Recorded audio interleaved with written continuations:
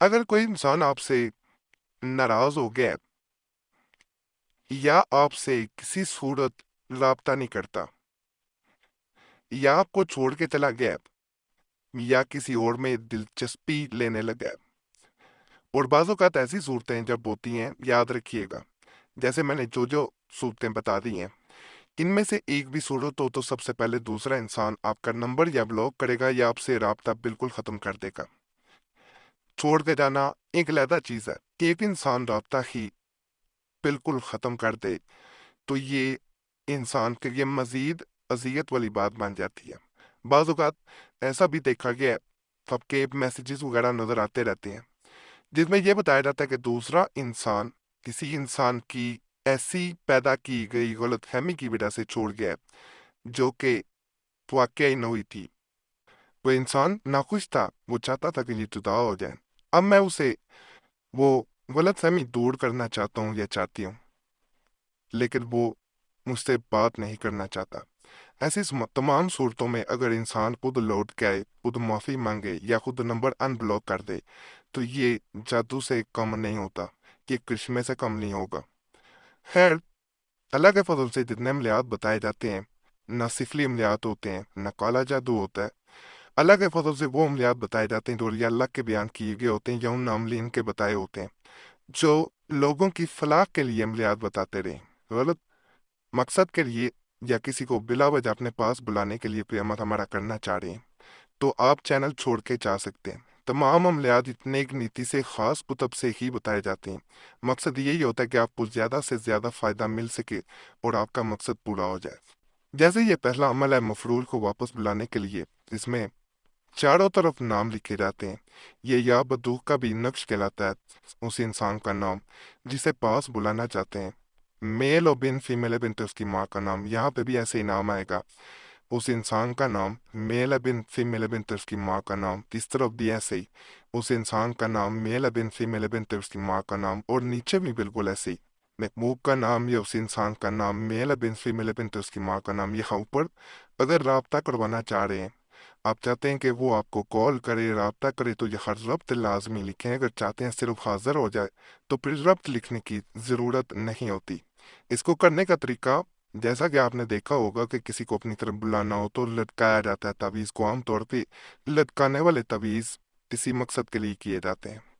اس عمل کو بھی بالکل ایسے ہی کیا جاتا ہے، نام جیسے میں نے پہلے بتا دیا، فلاں ابن فلاں کی جگہ بھاگے ہوئے کا نام لکھ کر اس نقش کو کسی پھلدار درخت پر لٹکا دیں، انشاءاللہ مفرول واپس آ جائے گا اور جہاں ہوگا وہاں سے ادھر ادھر نہیں ہو سکے گا، یعنی جیسے اسے لاک لگا دیا جائے، سنگلیوں سے باندھ دیا جائے اور وہ ایسی زنجیریں ہوں، ایسی چینز ہوں جو اس کو کھینچ کے آپ کی طرف لے آئیں۔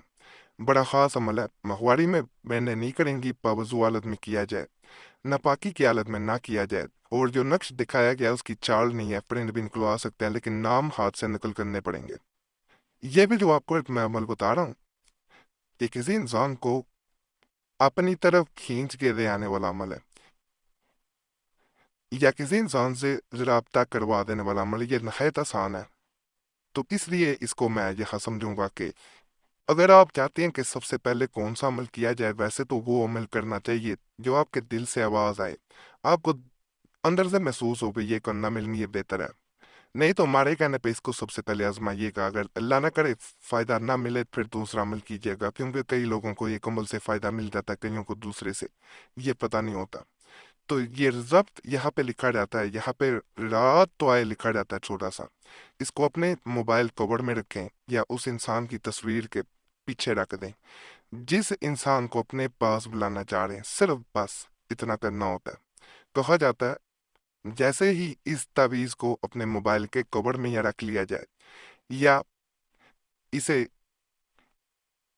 اس انسان کی تصویر کے پیچھے اگر پیپر پہ پرنٹ ہے تو اس کے پیچھے رکھ دیا جائے تو وہ انسان بے چین ہونا شروع ہو جاتا ہے، اور اس کی بے چینی اس انتہا کو پہنچ جاتی ہے کہ وہ آپ کی طرف لوٹ کے لازمی آتا ہے۔ بڑا خاص، بڑا طاقتور عمل ہے، یقین اللہ کی ذات پہ رکھ کے اس کو بھی کریں گے تو میرے مطابق آپ کو 100% فائدہ ملے گا، اور آسان بھی ہے، اس کی چال بھی نہیں ہے۔